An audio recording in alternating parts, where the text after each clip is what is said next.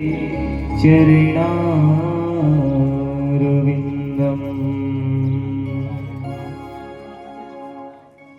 लम्बोदरं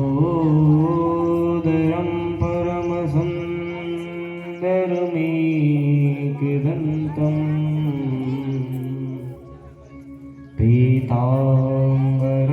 त्रिनयनं परमं पवित्रम्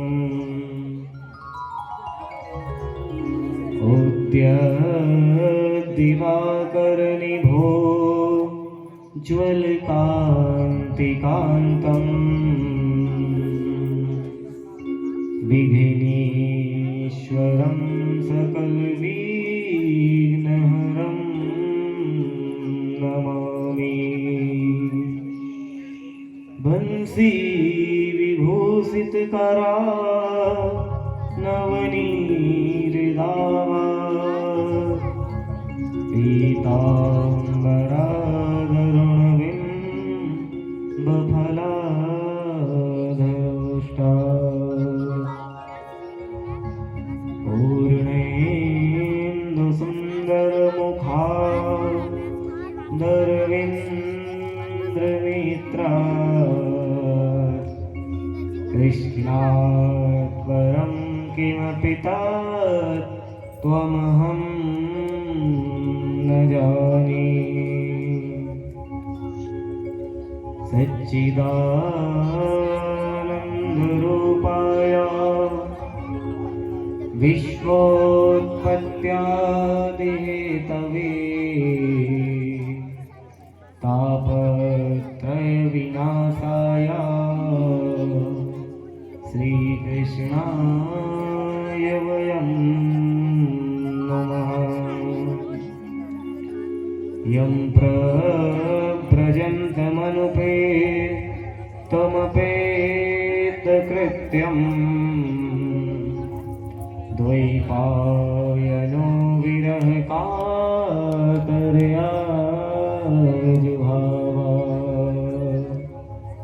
पुत्रेति तन्मयतया निर्गो विनीदो तं सर्वभूतहृदयं मुनिमानतोऽस्मि।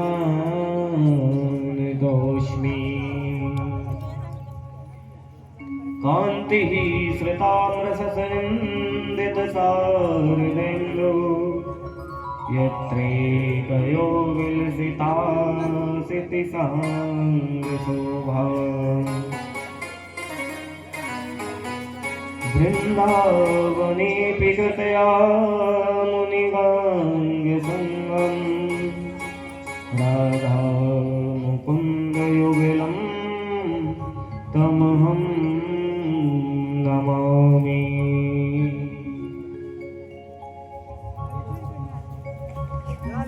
कृष्णाय वासुदेवाय हरे परमात्मने प्रणतः क्लेशनाशाय गोविन्दाय नमो नमः।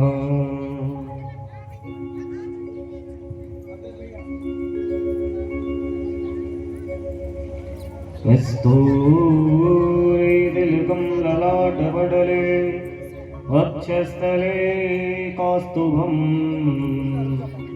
नासाग्रीवरमौक्तिकं करतले मेरुकडे कङ्कणम् सर्वाङ्गे हरिचन्दनं सुललितं कण्ठेश्च मुक्तावली गोपास्त्रीपरिवेष्टितो विजयते गोपालचूडामणि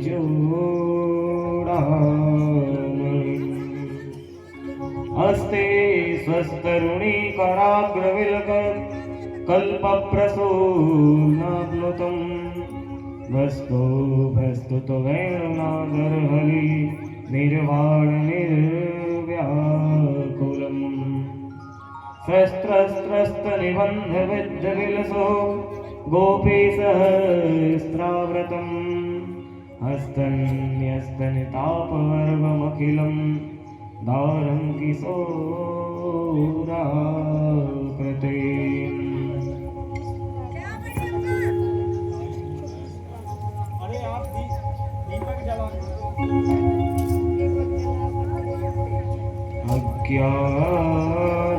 अज्ञाध्वंसविध्वंसः कोटिसूर्यासनप्रभा सुखध्यातिकथासारः मम कर्णरसायनम्।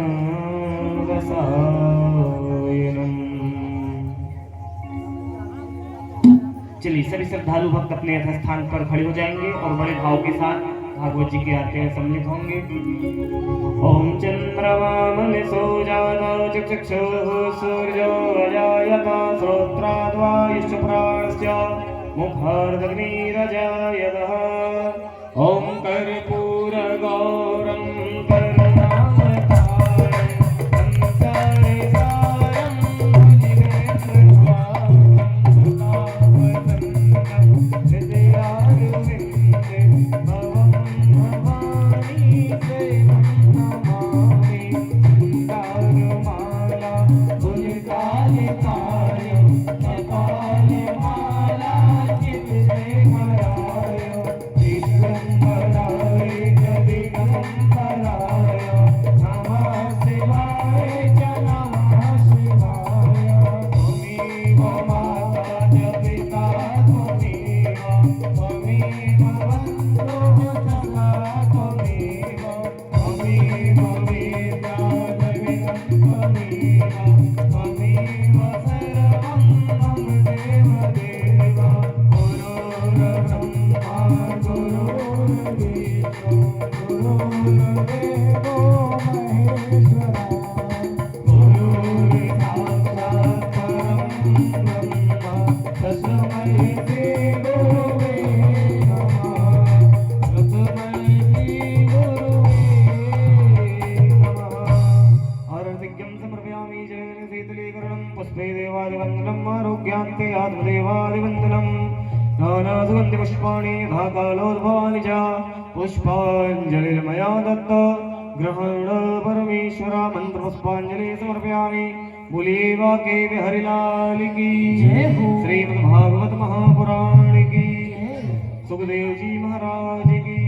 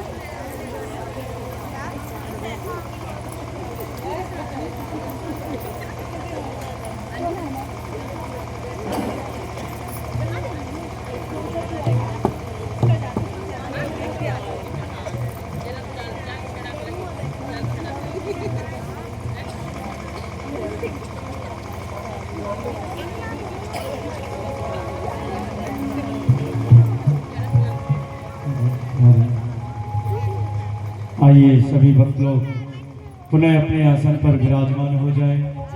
अब चलते हैं जो पावन चित्रकूट धाम से पधारे हमारी बाल विदुषी श्री सुश्री दीपिका तिवारी जी आपके सामने विराजमान है। हम पुनः आपको एक बात याद दिला दें। आज सभी भक्तों का हम स्वागत वंदन करते हैं। आप जो भी भक्त चढ़ोतरी के लिए आए हैं, एक के बाद एक आपको समय दिया जाएगा। आए और अपने आसन को सिद्ध कर लें। हम कथा में प्रवेश करेंगे, इसके पूर्व हम यहाँ से खुद बोलेंगे कि आइए चढ़ोतरी करिए, तब आप चढ़ोतरी करेंगे। आइए चलते हैं देवी जी के मुखारविंद से तिथि दिवस में प्रवेश करेंगे। जय जय राधे, जय श्री राधे। राधे राधे राधे राधे राधे।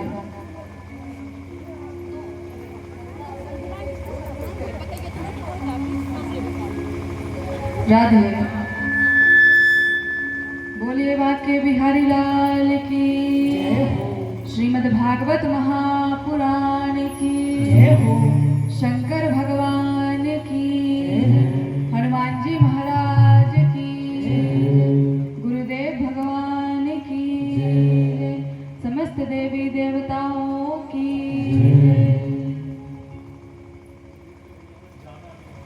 ओम श्री गणेशाय नमः। ओम श्री नारायणाय नमः। ओम श्री दुर्गाय नमः। ओम श्री सरस्वत्यै नमः। ओम ब्रह्मानंदं परं सुखदं केवलं ज्ञानमूर्ति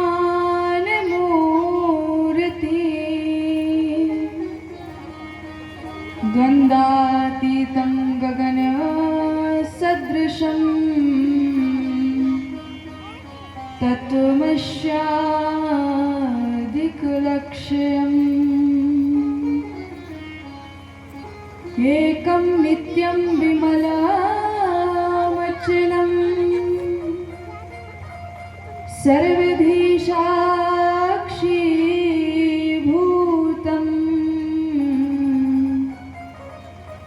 भावातीतं त्रिगुणरहितं सद्गुरु तं नमामि। नमः कमलनाभाय नमस्ते जलशायिने नमस्ते केशवानन्त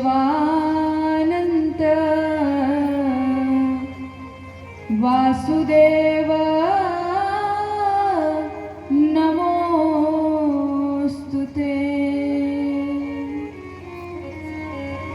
जय जय श्री राधारमण।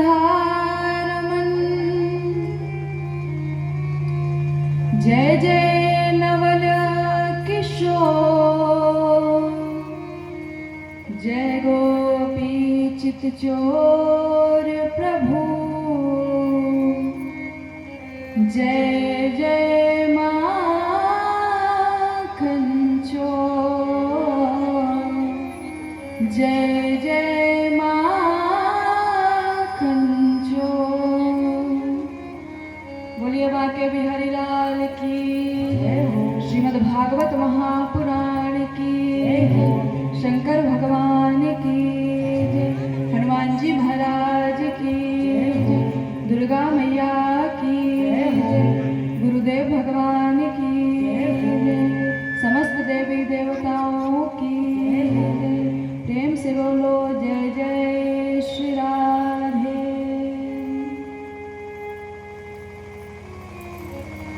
तो मेरे समस्त माताएं, समस्त वयो वृद्ध बुजुर्ग, दूर ग्रामीण अंचल से आए हुए भगवान के समस्त कथा प्रेमी भक्तों, हम आप सबका इस व्यासपीठ से भगवान की इस कथा में सादर स्वागत करते हैं, वंदन करते हैं, अभिनंदन करते हैं। आइए सर्वप्रथम एक छोटे से कीर्तन के द्वारा अपनी मन वाणी दोनों को पवित्र करें। इसके पश्चात हम भगवान की अमृतमय कथा में प्रवेश करेंगे। बोलिए बाके बिहारी लाल की।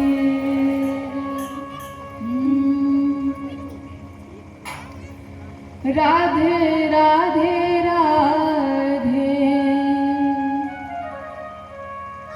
राधे राधे राधे गोविंद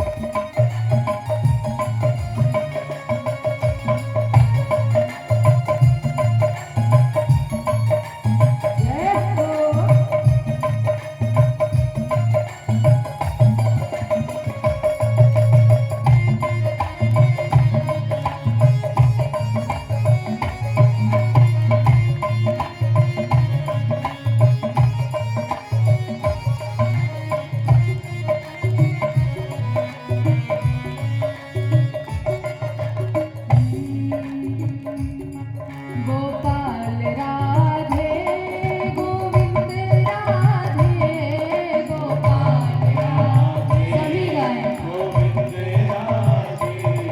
गोपाल राधे गोविंद राधे गोपाल राधे राधे राधे राधे गोविंद राधे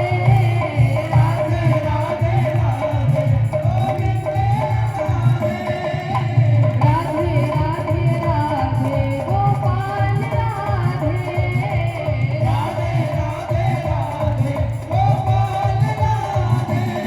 गोपाल राधे गोविंद राधे गोपाल राधे गोविंद राधे गोपाल राधे गोविंद राधे राधे राधे राधे गोपाल राधे राधे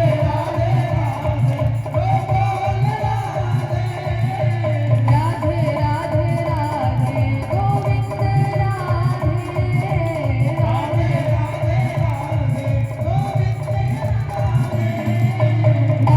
राधे राधे गोपाल राधे राधे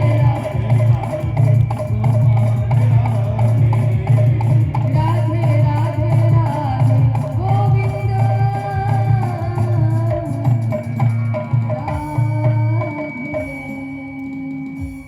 बोलिए राधा रानी सरकार की श्रीमद् भागवत महापुराण की शंकर भगवान की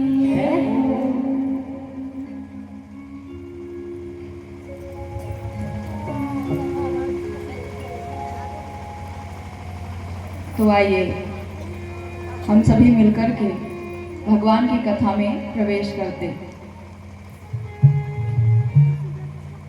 ये बताइए कल कहाँ से कथा समाप्त की थी हमने, किसका प्रसंग सुना रहे थे? किसी को है याद?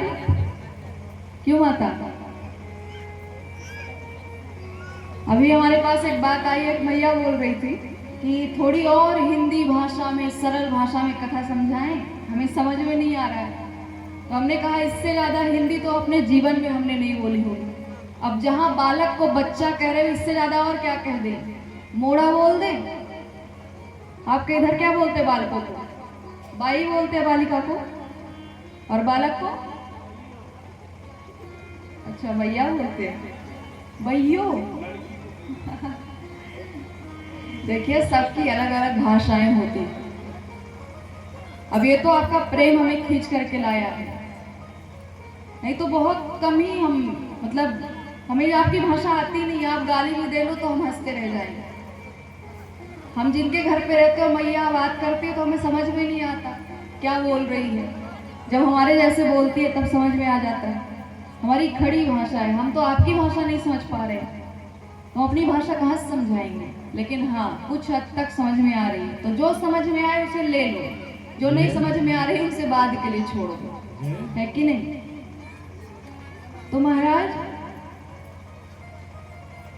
कथा जो है, जिस चीज को हम सुनते हैं और सुन करके हमारे हृदय में आनंद उत्पन्न हो जाता है। आनंद क्या है? जो कई बार किसी चीज को देखो पर देखने से भी मन ना भरे, उसे हम आनंद कहते हैं। और खुशी वो है कि अगर एक बार, दो बार, तीन बार किसी चीज को देख लो, आपका मन भर जाए, उसे हम खुशी कहते हैं। तो चरित्रों को सुनना या फिर आनंद की अनुभूति करना तभी हो सकता है जब कथा में हम ध्यान में रहेंगे, जब कथा को अच्छे से सुनेंगे। अब हम बैठे तो व्यासपीठ में हैं, हम बता सकते हैं कल किसने किसने अच्छी तरीके से कथा सुना है, हमें सबके मुख याद हैं। और आज हम बोल भी रहे थे अपने भाई जी से। आपको क्या लगता है हम किसी को नहीं देखते? सबकी ओर हमारी नजर रहती है, कौन बात कर रहा है, कौन क्या कर रहा है, कौन मुंह लटका के बैठा है, सब पता होता है हमें। हो गया बैठे रहो, हमें क्या करना है, हम तो भगवान की कथा करने आए, कथा करेंगे भी। तो कल हम सभी मिलकर के राजा परीक्षित का चरित्र सुन रहे थे। बहुत सारे लोगों को याद होगा, बहुत सारे लोग भूल गए होंगे। तो राजा परीक्षित के चरित्र में क्या सुना कि उन्हें तक्षक नाग के काटने का श्राप लग गया और सुखदेव ऋषि आए।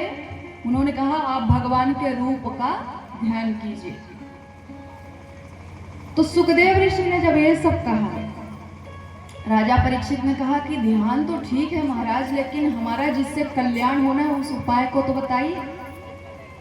सुखदेव ऋषि ने कहा कि उपाय की ओर ही तो लेकर के जा रहा हूं।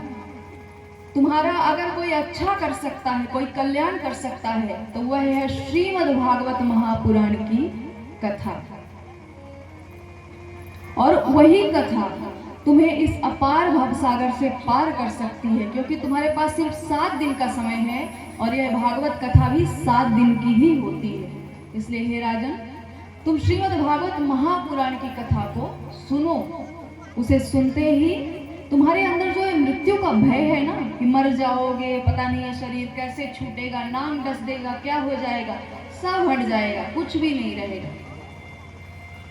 तो महाराज सुखदेव ऋषि क्या करते हैं कि राजा परीक्षित को 12 भगवान की कथा जो है उसे सुनाना प्रारंभ करते हैं। और इसमें भगवान के प्रथम और दूसरे दोनों अवतार की कथा छिपी हुई है। तो क्या होता है कि एक बार की बात है कि जो हमारे सनक सनंदन सनातन सनत कुमार, ये चारों भाई हैं, तो यह प्रभु की इच्छा से ही प्रभु से मिलने के लिए चलते हैं। तो बहुत पूर्व की बात है कि हमारी जो लक्ष्मी देवी हैं वह क्या कर रही थी, वह नारायण भगवान के बाह पर यानी कि उनके हाथ पर सुंदर चंदन का लेपन कर रही थी। तो जब उनके हाथ को उठाया तो इतने लक्ष्मी देवी बोल रही है कि ये बड़े बलवान बने फिरते हैं, और हाथ देखो तो लड़कियों धारण से, तो क्या पता इनमें कोई पुरुषत्व है कि नहीं। ये तो महाराज हमारे प्रभु इतने अंतर्यामी हैं कि लक्ष्मी जी सोच रही थी और उन्हें सुनाई पड़ गया। कहते हैं तुम अंतर्यामी भगवाना, वेद पुराण आदि नहीं जाना। भगवान मन की बात जान जाते हैं। भगवान ने कहा अच्छा, लक्ष्मी देवी को हमारे पुरुषत्व पर, कि मतलब हम पुरुष हैं या कि स्त्री हैं, इसमें भी थोड़ा सा शंका हो रही है। कोई बात नहीं, हमारे अंदर कितना बल है उस चीज को दिखाने का समय आ गया है। अब महाराज उनकी इच्छा से सनकादिक ऋषि भगवान का दर्शन करने के लिए आ रहे थे। तो बोले हमारे जो ये भुजाओं का बल जो है, इसका जो भार है, मतलब इसका जितना वजन है, उसे केवल हमारे 2 द्वारपाल ही संभाल सकते हैं। और उन्हें भी बहुत अभिमान हो गया है, घमंड हो गया है कि हम प्रभु के भुजाओं को उठा सकते हैं। तो उन्होंने क्या किया, बोले अगर उनका घमंड तोड़ना है तो हमें उन ऋषियों को यहाँ पर बुलाना पड़ेगा। तो भगवान के द्वारपाल कौन है? द्वारपाल हरि के प्रिय दो, द्वारपाल हरि के प्रिय दो, द्वारपाल हरि के प्रिय दो, द्वारपाल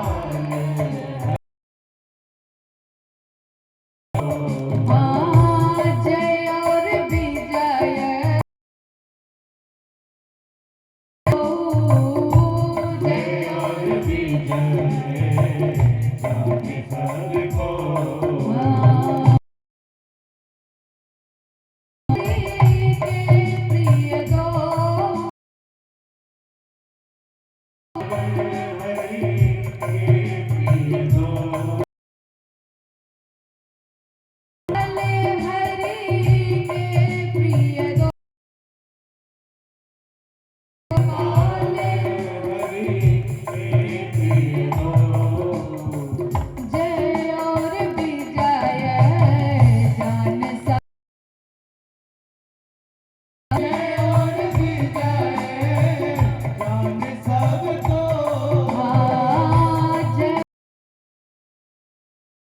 जाने सबको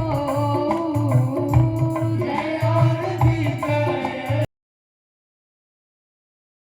तो हरि के दो द्वारपाल, द्वारपाल किसे कहते हैं? देने लग जाए, है कि नहीं? जिसे आज हम क्या बोलते हैं? गार्ड बोलते हैं भाई, जो बाहर लग। तो महाराज द्वारपाल खड़े हैं, सनकादिक भगवान बैकुंठ में आ रहे थे, तो जय और विजय ने उन्हें रोक दिया। बोले रुकिए, कहाँ? बिना परमिशन के, बिना पूछे अंदर घुसे जा रहे हैं। अरे महाराज थोड़ा सा तो रुकिए। तो बोले तुम्हें पता है तुम किसे रोक रहे हो? बोले हाँ पता है, बालकों को रोक रहे हैं। बोले बालक तो अपनी इच्छा से बने रह गए, नहीं तो हम बड़े भी हो सकते थे। पर आप, ठीक है तुम अगर मुझे रोक रहे हो तो ठीक है, कोई बात नहीं, रुक जाते हैं, पर रोकने का कारण बताओ। बोले रोकने का कारण ये है कि अगर हम कहीं जाते हैं तो वहां के मालिक से पहले पूछना पड़ता है कि जो बाहर आए उसे अंदर लाना है या वहीं बिठाना है। तो पहले जाएंगे नारायण से पूछ। बोले तुम्हें यह पता नहीं है कि नारायण भगवान की आज्ञा से हम जब चाहे, जहां चाहे, जिस श्लोक में चाहे वहां जा सकते हैं, हमें कोई नहीं रोक सकता। बोले महाराज वो किसी और, अरे हमारे स्वामी हैं, हमारे स्वामी से मिलने के लिए कौन आ रहा है, कहां से आ रहा है, ये हमें पता होना चाहिए, हमारे स्वामी को पता होना चाहिए, इसलिए हम नहीं जाने देंगे। मैं बहुत प्रेम से कह रहा हूं, मुझे अंदर जाने दो।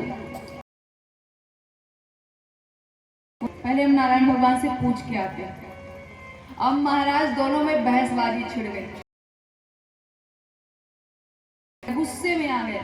बोले अरे मूर्खों, अब आखिरी बार हम बोल रहे हैं कि हमें अंदर जाने दो। बोले बिल्कुल नहीं जाने देंगे, पहले पूछेंगे तब जाने देंगे। बोले ठीक है, अगर तुम्हारी यही जिद है तो मैं तुम्हें श्राप देता हूँ कि तुमने हमारे आने पर असुरों जैसा व्यवहार किया है, जैसे एक असुर दैत्य व्यवहार करता है, इसलिए हम तुम्हें श्राप देते हैं कि तुम एक जन्म में नहीं कई जन्म तक असुर योनि में गिरते रहो, यही हमारा श्राप है। बोलिए बांके बिहारी लाल की। अब महाराज जय और विजय को जब श्राप मिल गया तो पहले तो बड़ा अकड़ रहे थे, अकड़ करके खड़े हुए थे। अब जब श्राप मिला तो दोनों हाथ जोड़ करके खड़े हो गए। बोले महाराज ये आपने क्या कर दिया, आपको ऐसा नहीं करना चाहिए था, हम तो हरि के द्वारपाल हैं, हम असुर योनि में भटकेंगे, असुरों जैसा जन्म लेंगे। महाराज इससे अच्छा तो आप हमें मार डालिए, हमारे जीवन को छीन लीजिए, लेकिन हम असुर नहीं बनना चाहते। बोले यही कहते हैं लातों के देव बातों से नहीं मानते, पहले पीटना पड़ता है तब मानते। मैं बड़े प्रेम से कह रहा था मुझे अंदर जाने दो, लेकिन जाने नहीं दिया। अब श्राप दे दिया तो अब अकल ठिकाने आ गई। बोले महाराज कुछ तो उपाय बताइए। बोले देखो हमारा श्राप झूठा तो हो नहीं सकता, पर हम तुम्हें एक बात बता रहे हैं कि हर जन्म में जब तुम असुर योनि में आओगे तो नारायण भगवान ही तुम्हारा उद्धार करेंगे, ऐसा हमारा आशीर्वाद है तुम्हें। और महाराज इसके बाद सनकादिक ऋषि अंदर की ओर प्रवेश करते हैं और जा करके सुंदर हमारे उमापति भगवान से सुंदर मिलते हैं। बोलिए द्वारिकाधीश भगवान की।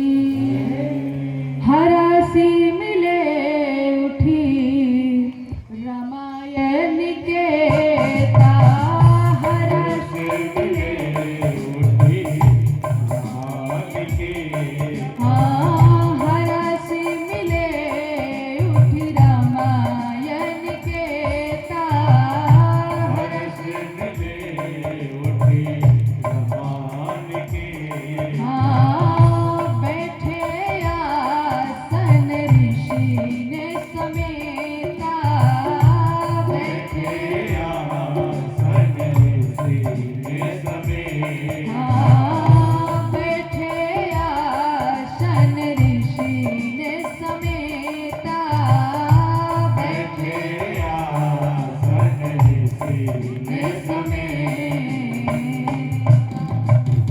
तो अंदर जैसे ही गए वैसे ही नारायण भगवान खड़े हो गए और खड़े होकर के सुंदर प्रणाम करने लगे। बोले अहो भाग्य हमारे जो सनकादिक भगवान यहाँ पर पधारे। नारायण भगवान ने जब ऐसा कहा तो सनकादिक ऋषि क्या बोल रहे हैं? बोले महाराज अपनी माया में हमें मत फंसाइए। अरे हम तो साधु है, विरक्त सन्यासी हैं, और आपके ये मीठी मीठी सी बोली सबको अपने झांसे में फंसा लेती है। तो बोले महाराज ये मीठी बोली नहीं है, तो आपका आदर और सत्कार किया जा रहा है, इसे स्वीकार करें। सुंदर अच्छे सिंहासन पर बिठाया, सुंदर सत्कार किया, और जब बिठाया तो लक्ष्मी जी की ओर सनकादिक भगवान देखने लगे। तो भगवान समझ गए कि इनके मन में यह शंका है कि हम सब यहाँ पर आए, लेकिन लक्ष्मी जी ने घूंघट नहीं किया, तो क्यों नहीं किया?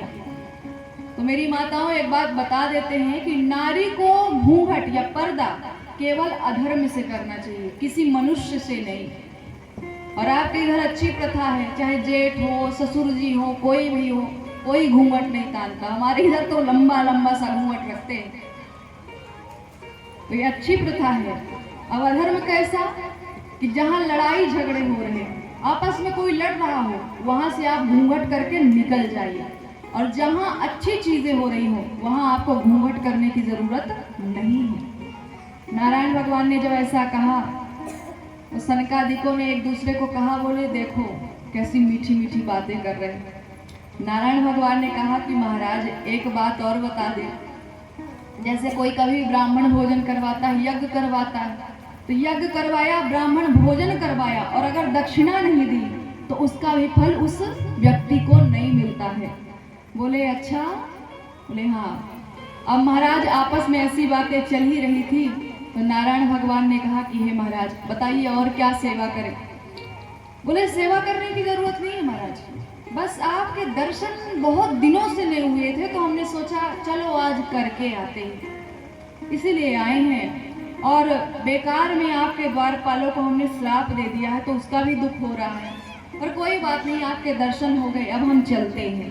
सनकादिक वहां से वापस चले गए। जब सनकादिक वहां से वापस जाते हैं,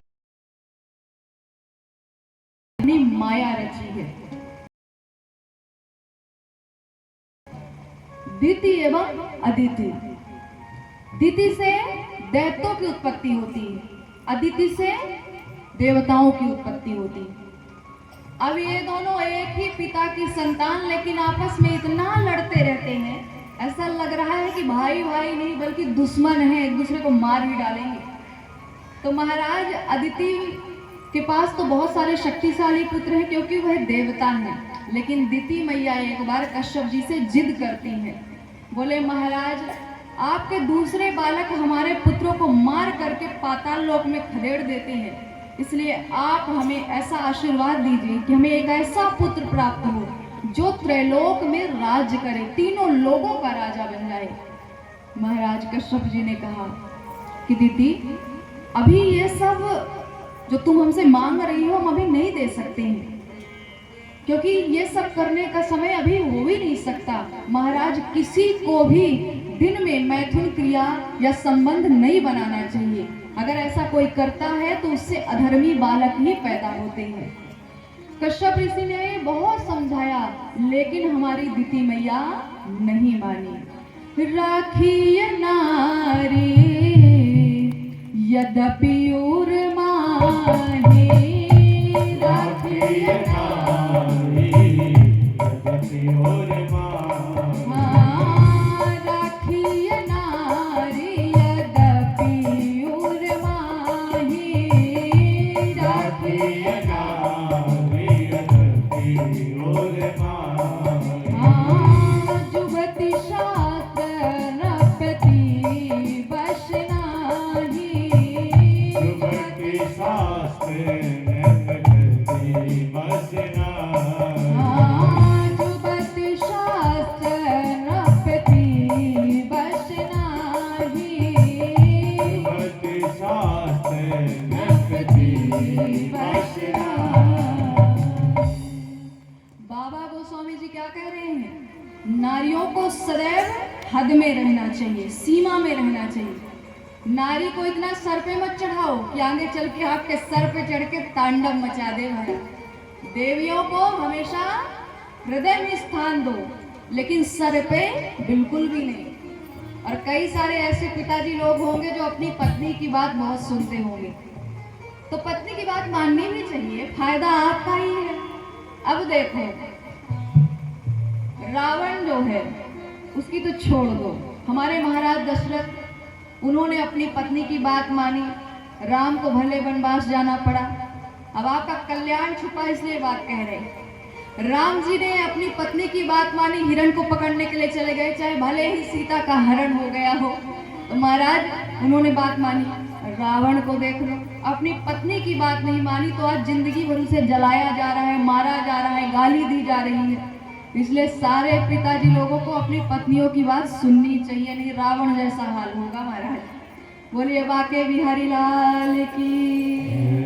श्रीमन नारायण नारायण नारायण, श्रीमन नारायण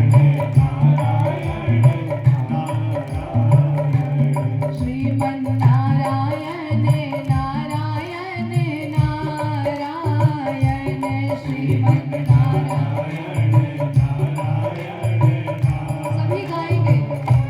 भजमन नारायण नारायण नारायण, भजमन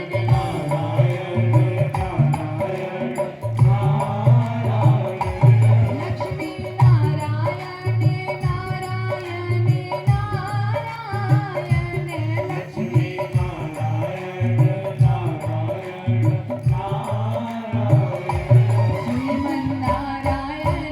नारायण नारायण, श्रीमन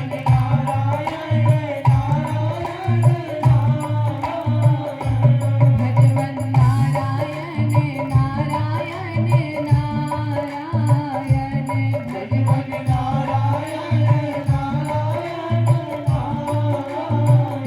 सभी लोग सुंदर मीठी मीठी तालियों के द्वारा स्वागत करेंगे। हरि बोल।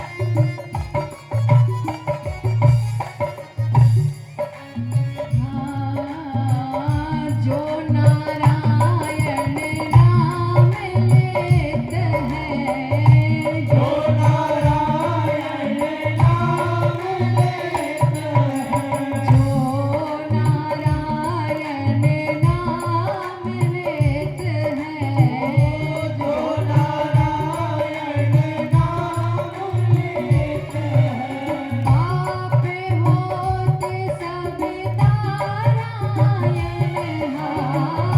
पाप होते सब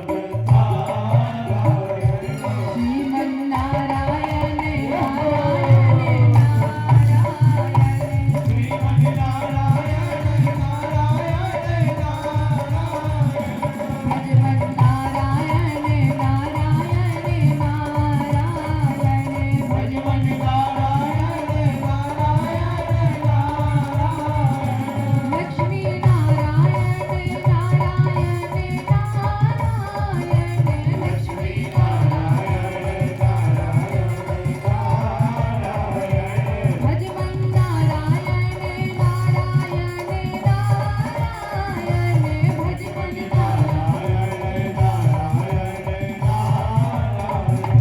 श्रीमन नारायण नारायण नारायण, श्रीमन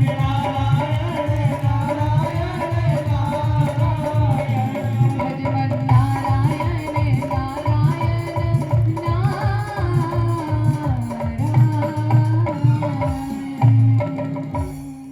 बोलिए नारायण भगवान की।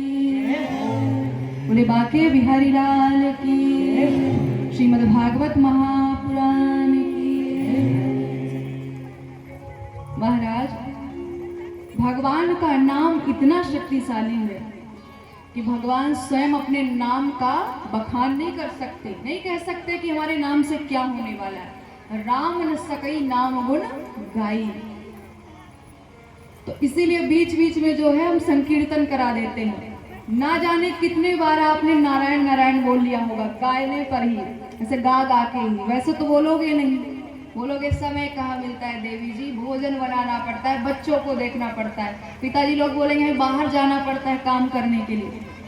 पर भगवान का नाम लेने के लिए समय निकालने की जरूरत नहीं है। आप चलते उठते फिरते भगवान का नाम ले सकते हो, ऐसा जो है शास्त्रों में वर्णन है। तो महाराज दीति मैया ने बहुत जिद की तो उनका मनोरथ पूर्ण तो हो गया, पर कश्यप ऋषि ने कहा कि तुमने ऐसे समय में जिद की है कि तुम्हारे पास कोई अच्छा बालक नहीं आएगा, बल्कि इतने अत्याचारी बालक आएंगे जो पूरे त्रैलोक को दुखी कर देंगे। पूरे संसार के जो प्राणी हैं, जो जीव जंतु हैं, तुम्हारे बालकों से दुखी रहेंगे। तो बोले महाराज ऐसा बालक तो हम कभी नहीं चाहते थे, हम तो सिर्फ इतना चाहते थे कि वो त्रैलोक के राजा हो, सबका अच्छा करे, सबके बारे में अच्छा सोचे। लेकिन आपने क्या कर दिया? बोले अब जो हो गया सो हो गया, तुम्हारी जिद की वजह से हुआ है। लेकिन हाँ, तुम्हारे बालक का जो और बालक होगा, यानी तुम्हारा पौत्र, वह भगवान का सबसे बड़ा भक्त होगा, जिनको हम प्रहलाद जी कहते हैं। बोलिए प्रहलाद जी भगवान की। महाराज दीति मैया ने सुना कि चलो हमारे बालक ना सही, परंतु हमारा जो नाती है, हमारा जो पौत्र है, वह भगवान का बहुत बड़ा भक्त होगा। बेचारी बहुत प्रसन्न हो गई और कहने लग गई कि हे प्रभु, मैं ऐसा कभी नहीं चाहती कि मेरे बालक अत्याचार करे। वो मेरी बात सुनते नहीं तो मैं क्या करूं?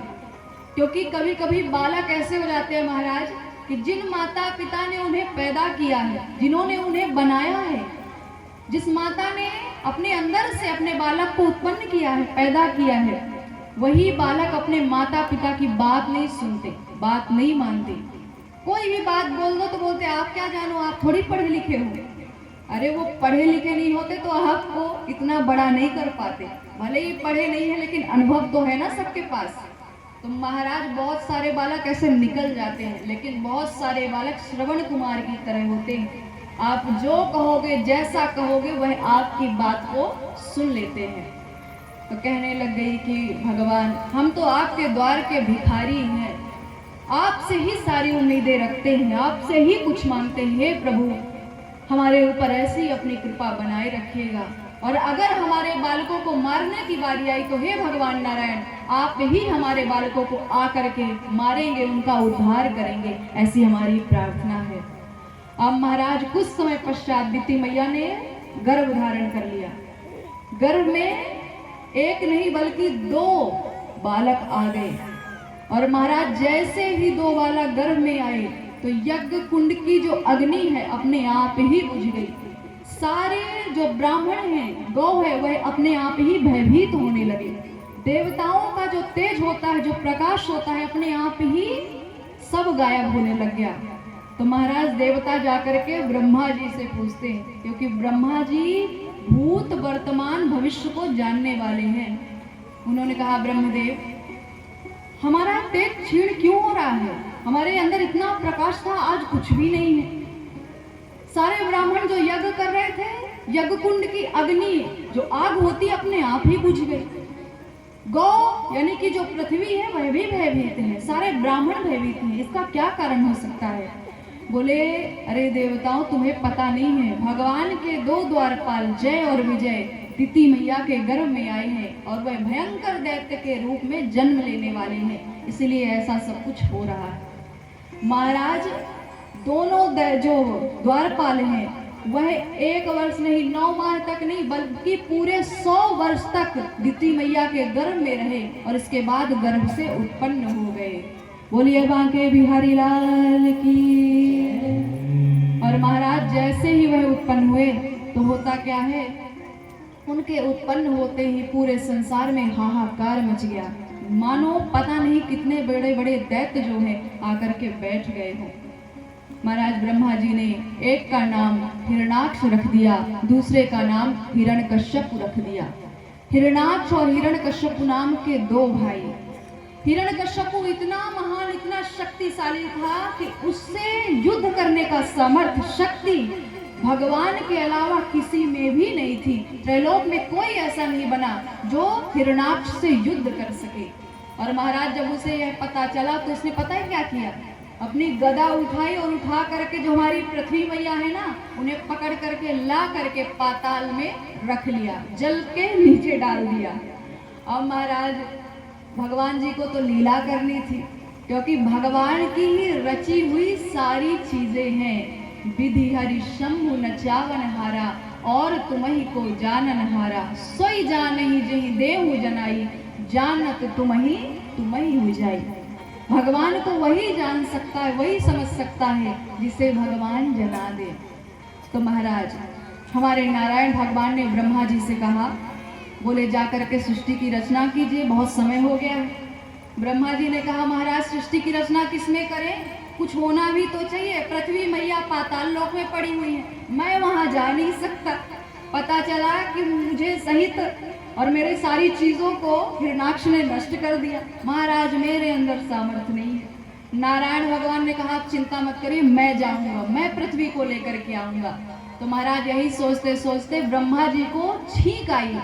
तो छींक से क्या होता है, उनके दाहिने नाक के छिद्र से यानी छेद से एक मच्छर के समान सूकर उत्पन्न हुआ। और महाराज वही सूकर बढ़ कर के 12 भगवान के रूप में हो गया। बोलिए 12 भगवान की।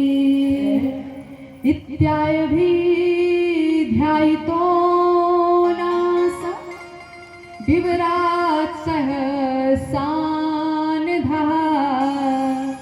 बराहे तो को निरगुष्ट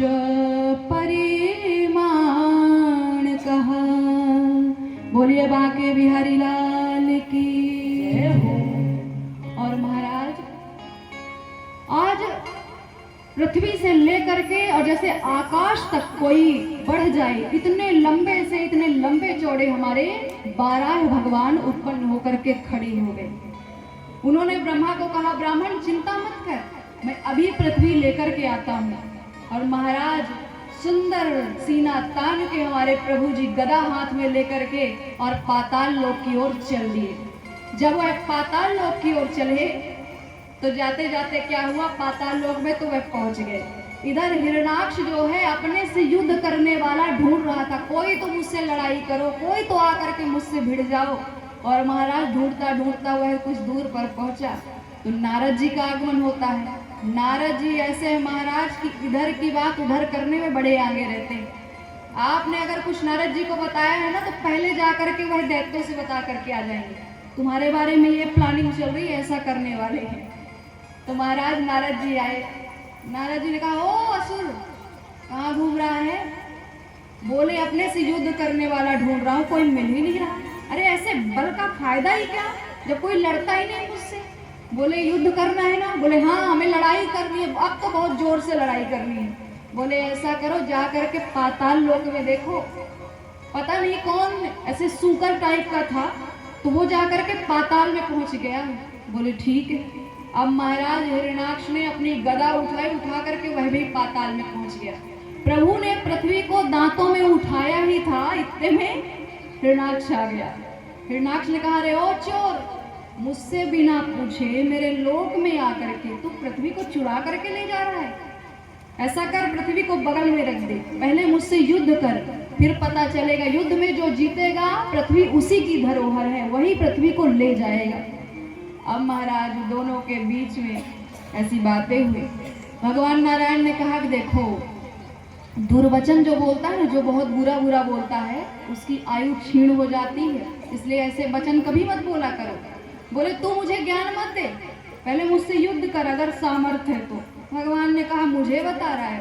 भगवान ने महाराज पृथ्वी को बगल में रखा। बोले अब पृथ्वी बाद में जाएगी, पहले तो ये दुष्ट जाएगा। महाराज भगवान ने गदा उठाई और युद्ध करने लग गए। जब युद्ध करते हैं तो सारे देवता आकर के आसमान में खड़े हो गए। बोले प्रभु संध्या समय न होने पाए इस दैत्य को मार डालिए, नहीं उल्टा ये हमें मार डालेगा।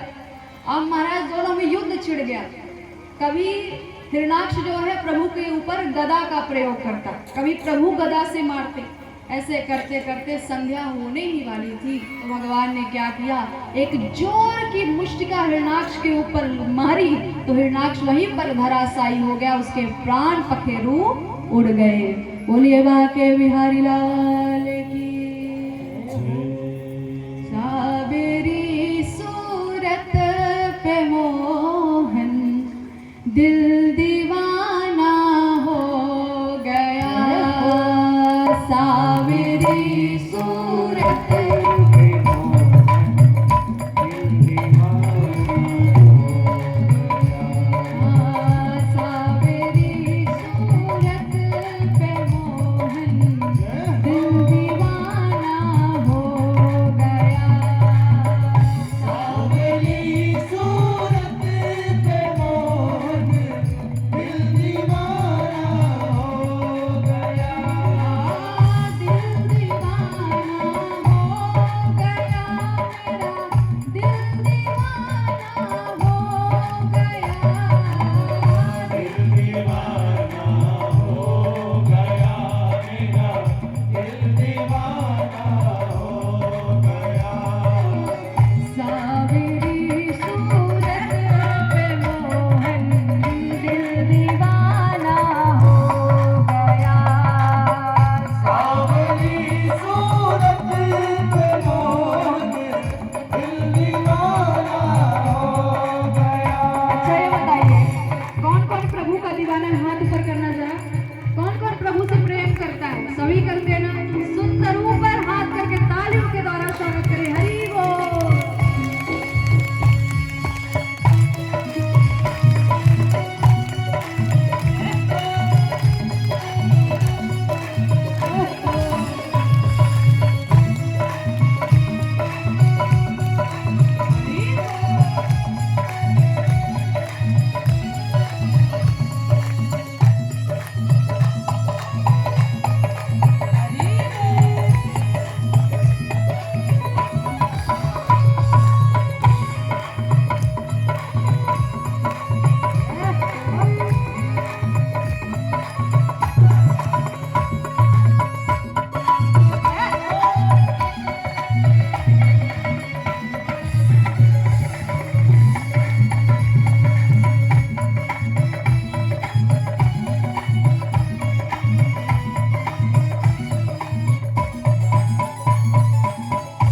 अब प्रभु की सूरत में ऐसी ऐसी चीजें हैं जिन्हें देख करके मन खुश हो जाता है। हाँ, एक तो तेरे नैन तिरछे, दूसरा काजल लगा, एक तो तिरछे दूसरा काजल लगा, एक तो तेरे नैन तिरछे, दूसरा काजल लगा, एक तो तिरछे दूसरा काजल लगा, तीसरा तीसरा नजरें मिलाना, दिल दीवाना हो गया, सावली सूरत पे मोहन दिल दीवाना हो गया, सावेरी सूरत पे मोहन दिल दीवाना हो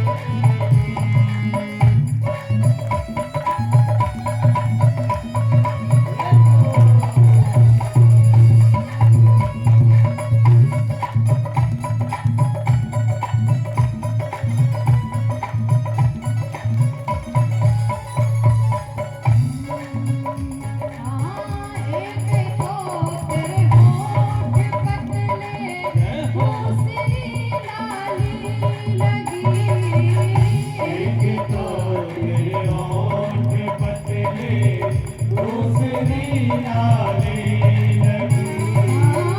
एक तो तेरे होठ पतले दूसरी नाली लगी।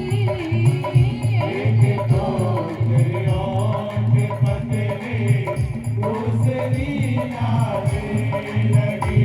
हाँ तीसरा तेरा मुस्कुराना दिल दीवाना हो गया। सावली सूरत पे मोहन दिल दीवाना हो गया। सावली सूरत पे मोहन दिल दीवाना हो गया। सावली सूरत पे मोहन दिल दीवाना हो गया। सावली सूरत पे मोहन दिल दीवाना हो गया। सावली सूरत पे मोहन दिल दीवाना हो गया। सावली सूरत पे मोहन दिल दीवाना हो गया। सावली सूरत पे मोहन दिल दीवाना हो गया। दिल दीवाना हो गया। दिल दीवाना हो गया। दिल दीवाना हो गया।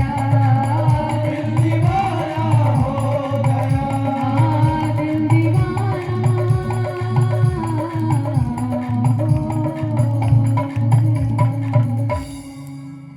बोलिए बाके बिहारी लाल की श्रीमद् भागवत महापुराण की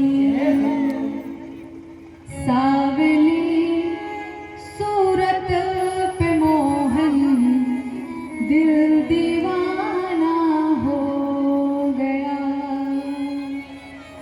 तो महाराज भगवान की जो छवि है बाके बिहारी की देख छटा मेरो मन है गयो लटापटा। इतनी सुंदर छवि है कि जिसे देख करके हम सब मोहित हो जाते हैं। अब ये देखिए यहाँ पर क्या सुंदर खड़े, मेरे बगल में खड़े, आपके लिए खुश होने की जरूरत नहीं है। अब उस दिन ही हमने इन्हें देखा तो भाई देखते ही लगा हम पागल हो गए, इसलिए इनकी साइड ज्यादा देखते नहीं हम। इतनी सुंदर छवि है, सोचो ये मूर्ति है इतनी सुंदर है, अगर कभी हमारे सामने आ गए हमारी क्या दशा होगी। मैं तो किसी नदी नाले में जा करके पड़ी होंगी, मुझे याद ही नहीं रहेगा कहाँ होंगे, है कि नहीं। और ये बड़ा उपकार है मास्टर साहब का जो उन्होंने इतनी सुंदर मूर्ति बगल में लगवाई है। इसी को देख देख करके मुझे शक्ति मिलती है। चलो कोई तो है जो बगल में खड़ा हुआ है। तो भगवान की जो मूर्त है वह इतनी ज्यादा सुंदर है कि कभी अगर सामने आ जाए तो देख करके हम पागल हो जाएंगे। पर सामने कब आएंगे? जब हम उन्हें बुलाएंगे। बिना बुलाए तो कोई भी नहीं आता महाराज। एक कुत्ता तक बिना बुलाए नहीं आता है। तो वो तो हरि है, वो जगत पिता परमेश्वर है जिन्हें बुला करके ही आप पा सकते हैं। अच्छा तो कौन कौन चाहता है हरि उनसे मिले? कौन कौन चाहता है? इतना सुंदर भजन गा रहे तो नाचा क्यों नहीं? हाँ, इतनी सुंदर सी कमर में करधनिया पहन के आती हो आप सब, सुंदर लटक मटक करके नाचा करो। और पिताजी लोग भी खड़े हो जाया करे, चाहे दूसरे के ऊपर ही क्यों ना नाचे, कोई दिक्कत नहीं। ये पागलों का मेला है।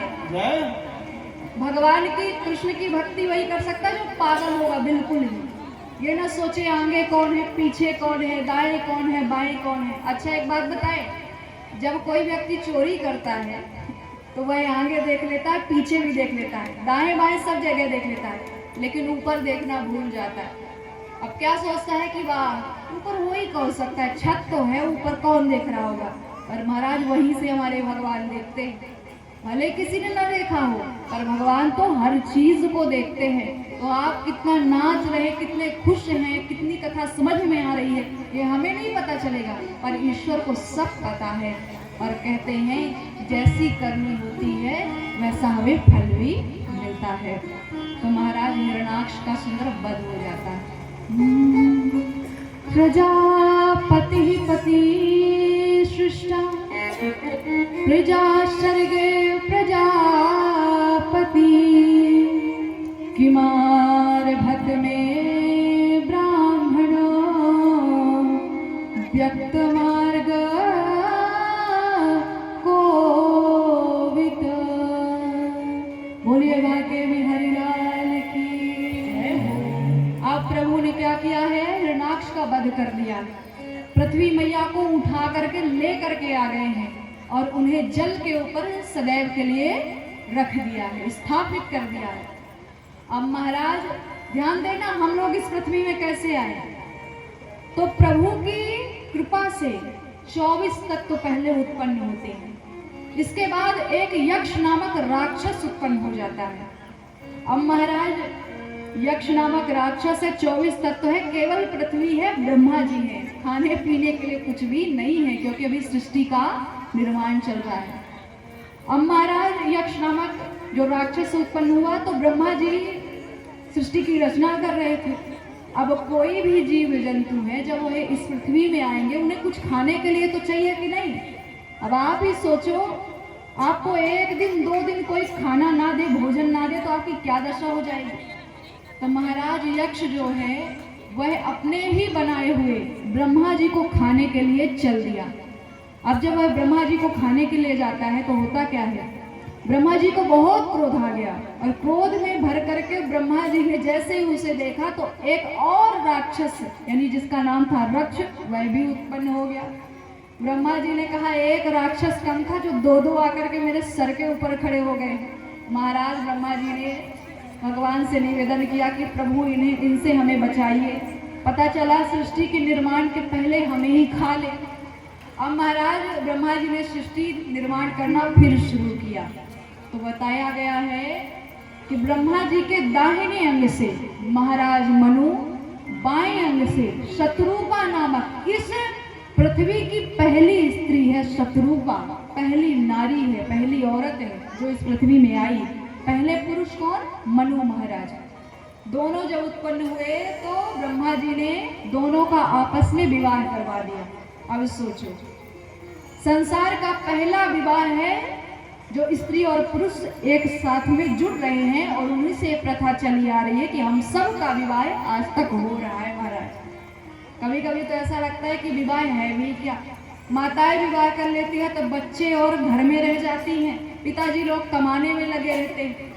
महाराज विवाह करने के बाद बहुत कम लोगों को ही सुख मिलता है, बाकी तो बेचारे सर पे हाथ रख करके घूमते हैं। कोई बोलता है मेरा पति अच्छा नहीं, कोई बोलती है पत्नी अच्छी नहीं।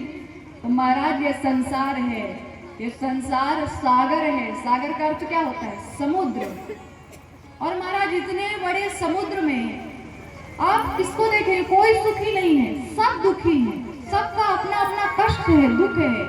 पर कभी भी हमें अपना कष्ट किसी व्यक्ति के सामने नहीं कहना चाहिए, हमें अपना कष्ट भगवान के सामने कहना चाहिए। आपको रोना आ रहा है ना, भगवान के सामने रो लो।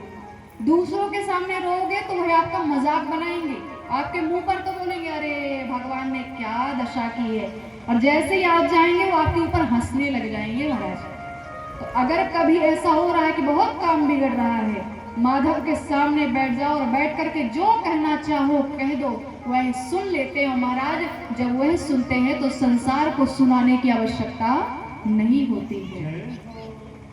ब्रह्मा जी ने कहा पाहि माम परमात्मा आस्ते प्रेषणम सृजम प्रजा ताई माय भ्यंतुम पापा उमा कृमिंते माँ प्रभु।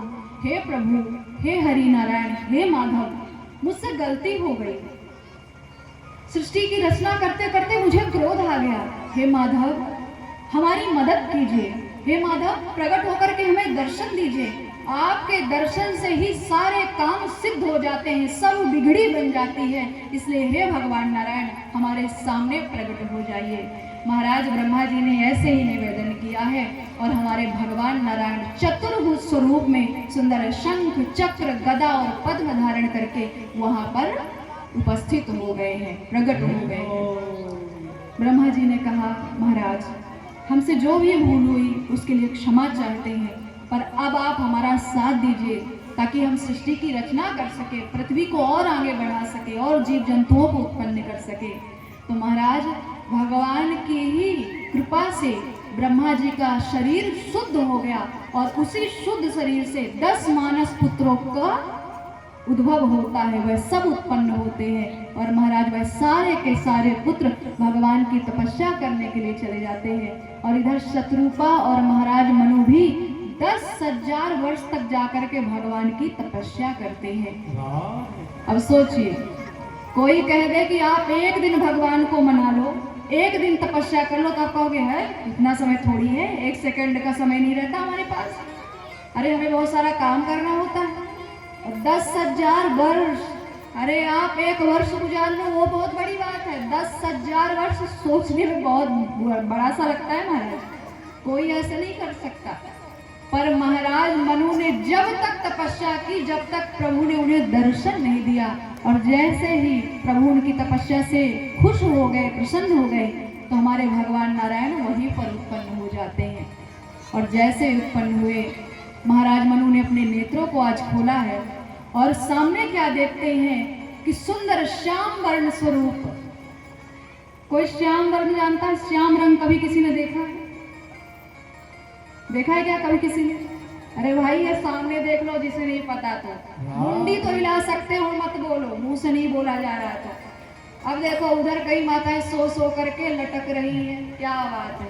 कहते हैं महाराज श्रोता जो है 3 प्रकार के होते हैं, ध्यान से सुनना, ध्यान से सुनो इस बात को। एक होता है सोता, दूसरा होता है सरोता और तीसरा होता है श्रोता।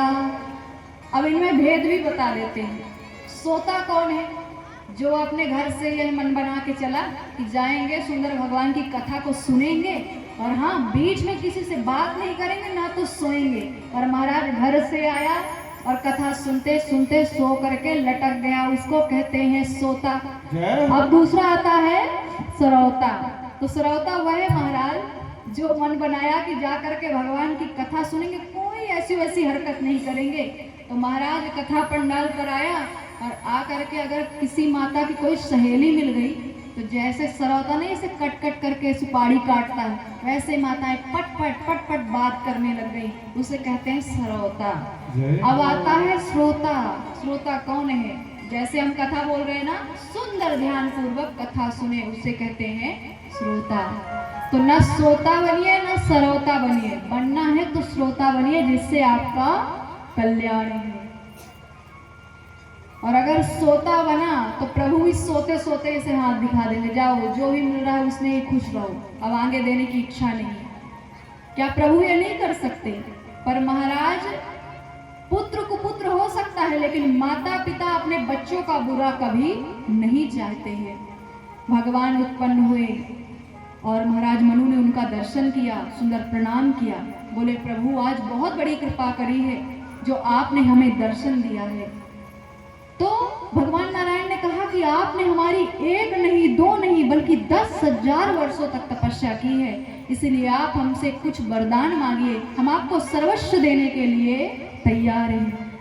बोले कृपा निधान पुनि अति प्रसन्न मोहि जान, मागौ बर जोई भाव मन महादान अनुमान।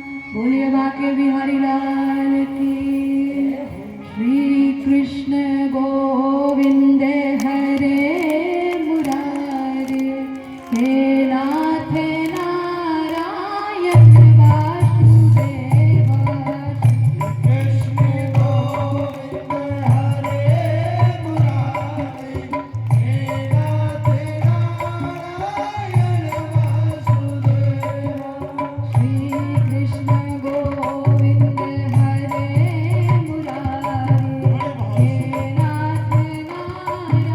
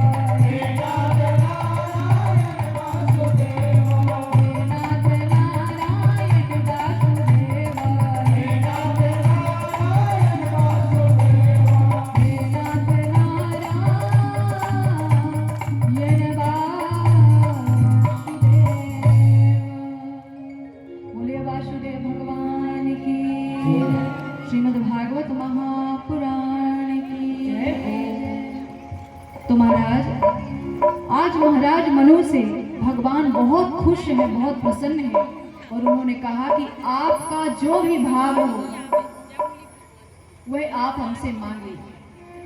महाराज मनु ने कहा कि प्रभु इस संसार में जिसे आपके दर्शन हो जाए, जो आपको देख ले, जो आपको प्राप्त कर ले, वह और क्या ही पाना चाहेगा। उसके जीवन में कोई और शेष इच्छा बचती नहीं है। इसलिए हे प्रभु, वैसे तो मेरे हृदय में कोई इच्छा नहीं है, पर महाराज एक इच्छा छोटी सी है जो आपके सन्मुख तो बहुत सुगम और बहुत सरल लग रही है, पर हमारी कृपणता के कारण बहुत अगम, बहुत कठिन लग रही है। इसलिए हे महाराज, हे प्रभु, हम आपसे क्या कहें। तो भगवान नारायण ने कहा कि देखिए महाराज मनु, जो मांगना है आप मांग सकते हैं, इसमें सोचने की जरूरत नहीं है। मनु महाराज ने कहा प्रभु एक बात तो आप जानते हैं। बोले क्या? बोले अपुत्रस्य ग्रहाशूनं दिशो शूनं च बान्धवः मूर्खस्य हृदये शूनं सर्वशूनं दरिद्रतः। बोलिए बाके बिहारी लाल की। बोले प्रभु, जिसका कोई पुत्र नहीं होता है उसका घर सूना हो जाता है, जिसका कोई भाई नहीं होता है उसकी भुजाएं, उसकी दिशाएं सूनी हो जाती हैं। जो मूर्ख होता है, पढ़ा लिखा नहीं होता, उसका दिल, उसका हृदय सूना रहता है। और प्रभु जो दरिद्र होता है, भिखारी होता है, उसका सब कुछ सूना रहता है। इसलिए हे प्रभु, दान शिरोमणि कृपा निधि नाथ कहो सतिभाव चाहव तुम्हि समान सुत प्रभु सन कवन दुराव। हे प्रभु, अगर आप मुझसे सच में प्रसन्न हैं तो आप हमें अपने जैसा ही एक बालक दे दीजिए, एक संतान दे दीजिए, उसी से हम प्रसन्न हो जाएंगे। भगवान ने कहा कि अरे अभी तो मैं खुद यहाँ पर हूँ, मैं अपने जैसा कहाँ पे ढूंढूं, लेकिन हाँ, समय आने पर जब आप अयोध्या के राजा दशरथ बनेंगे, आपकी ये महारानी अयोध्या की रानी कौशल्या बनेगी, तब मैं एक नहीं बल्कि 4 पुत्रों में अंशों के सहित अवतार धारण करूंगा, ऐसा मेरा आपको वचन है। और इसके बाद भगवान आशीर्वाद दिए और वहां से चले गए। आप बताओ, दशरथ महाराज यानी महाराज मनु, सोचो, चक्रवर्ती राजा दशरथ, कितनी बड़ी बात है महाराज। सबको अपने कर्मों के अनुसार ही बालक एवं बालिका मिलते हैं। हमने अगर तपस्या करी तो साक्षात प्रभु आएंगे, और अगर ऐसे ही अरे गहरे भाव से संतान को मांगा तो प्रभु नहीं बल्कि दैत्य उत्पन्न हो जाते हैं। कई बार ऐसा होता है। अब धुंधकारी को ही देख लो, कितना अत्याचारी, कितना क्रूर, कितना पापी। तो महाराज भगवान वहां से गए और होता क्या है कि उनके प्रियव्रत एवं उत्तान पाद 2 पुत्र हुए एवं आकुति, प्रसूति, देवहूति नामक 3 कन्याओं का जन्म महाराज मनु के यहाँ पर हुआ। अब महाराज देवहूति जो है, उनके पति का नाम था कर्दम ऋषि, और कर्दम ऋषि ने भी 10,000 वर्षों तक भगवान की तपस्या को किया था। देवहूति पुने ताशु कुमारी, देवहूति पुने ताशु कुमारी, देवहूति पुनीता सुकुमारी, देवहूति पुनीता सुकुमारी। जो मुनि करे दम की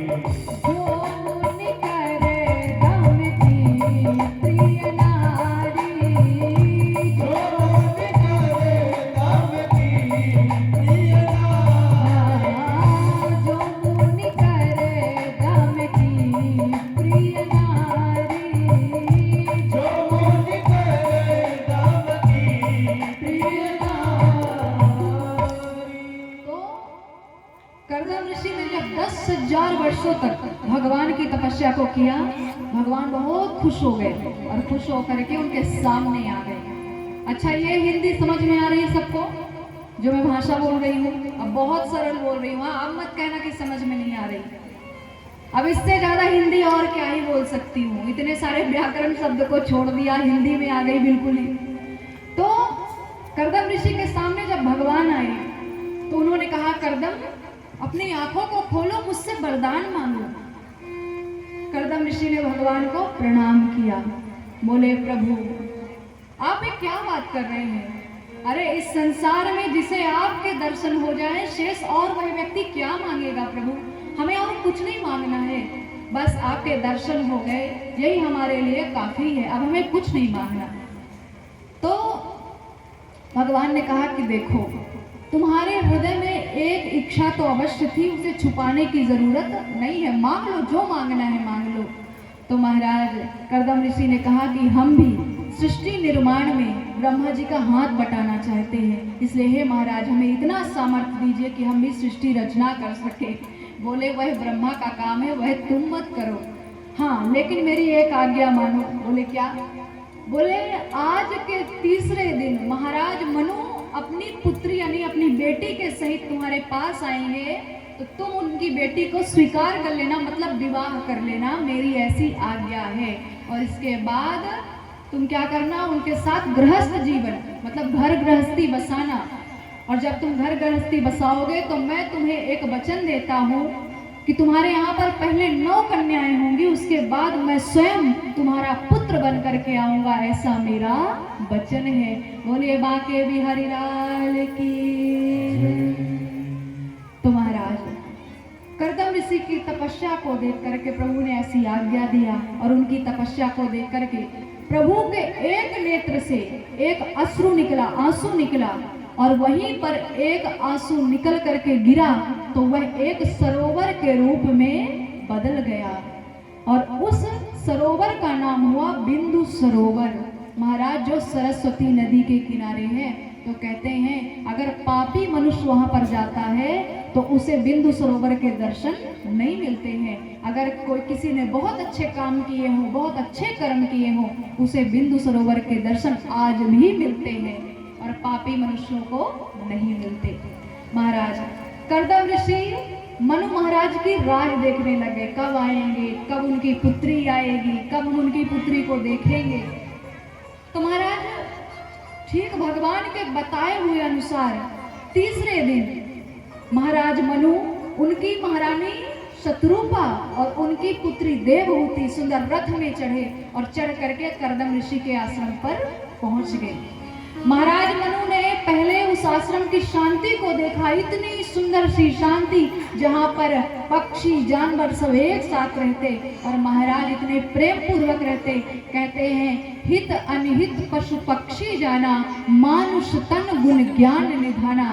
बताओ हित और अनहित पशु पक्षी जानते हैं, पर ये मनुष्य, ये मानव जिसके पास इतनी ज्यादा बुद्धि है फिर भी वह अपनी बुद्धि कभी नहीं लगाता और कोई एक दूसरे के साथ प्रेम से नहीं रहता है। महाराज मनु ने बिंदु सरोवर के दर्शन किए, और दर्शन करने के बाद क्या होता है, जा करके वह कर्दम ऋषि से मिले। जब वह कर्दम ऋषि के पास में गए, कर्दम ऋषि ने मनु महाराज को प्रणाम किया और सुंदर बैठने के लिए आसन दिया। मनु महाराज ने कहा कि देखिए हम घुमा फिरा करके बात नहीं करेंगे, ये हमारे बगल में जो बैठी है हमारी महारानी है शत्रुपा, और इस बगल जो बैठी है हमारी पुत्री है, हमारी बालिका है जिनका नाम है देवहूति। देवहूति आपको बचपन से बड़ा चाहती है, इसलिए मैंने सोचा कि इसका विवाह आपके साथ करवा देता हूँ, इसलिए देवहूति को आपको सौंपने के लिए आया हूँ। आज से यह आपकी टहल चाकरी नौकरी में रहेगी, आपकी दासी बन करके रहेगी, आप इसे स्वीकार कर लीजिए। और महाराज जैसे ही मनु महाराज ने ऐसा कहा तो बोले हम तो ऋषि मुनि महात्मा हैं, आपकी पुत्री राजकन्या है, इसे सुख सुविधाओं की आदत है, हमारे यहाँ पर तो न हाथी है, न घोड़े है, न हीरा है, न मोती है, इसे कभी इन चीज़ों की ज़रूरत पड़ी तो हम कहाँ से ला करके देंगे। बोले आप चिंता मत कीजिए, वो सब हम आपको दहेज में दे करके जाएंगे। महाराज करदम ऋषि ने कहा, ऋषियों को हाथी घोड़े हीरा मोती की जरूरत नहीं है, हम तो ऐसे ही जी लेंगे। महाराज इसके बाद में देवहूति का विवाह सुंदर करदम ऋषि के साथ में करवा दिया गया। दोनों आपस में अच्छे से निवास करने लग गए। एक दिन हमारी जो देवहूति मैया है उनके मन में आया कि सब लोग अपनी गृहस्थी को बसाते हैं तो सुंदर एक दूसरे के साथ रहते हैं, पर हमारे पतिदेव सदैव ही ध्यान में मग्न रहते हैं, तो क्यों न निवेदन किया जाए कि प्रभु हमारे साथ कुछ दिन तो बिता लीजिए, जिससे ये कुछ सुख की घड़ियां हम भी आपके साथ बिता सके। और महाराज नारियों का केवल एक ही धर्म होता है। बाबा गोस्वामी जी क्या कहते हैं, एक ही धर्म एक व्रत ने माँ, एक ही धर्म हाँ, एक ही धर्म एक व्रत ने माँ, एक ही धर्म हाँ, काय वचन मन पति पद प्रेमा, काय वचन मन पति पद प्रेमा, काय वचन मन पति पद प्रेमा, काय वचन मन पति पद प्रेमा। बोलिए बाके बिहारी लाल की जय। तो महाराज नारी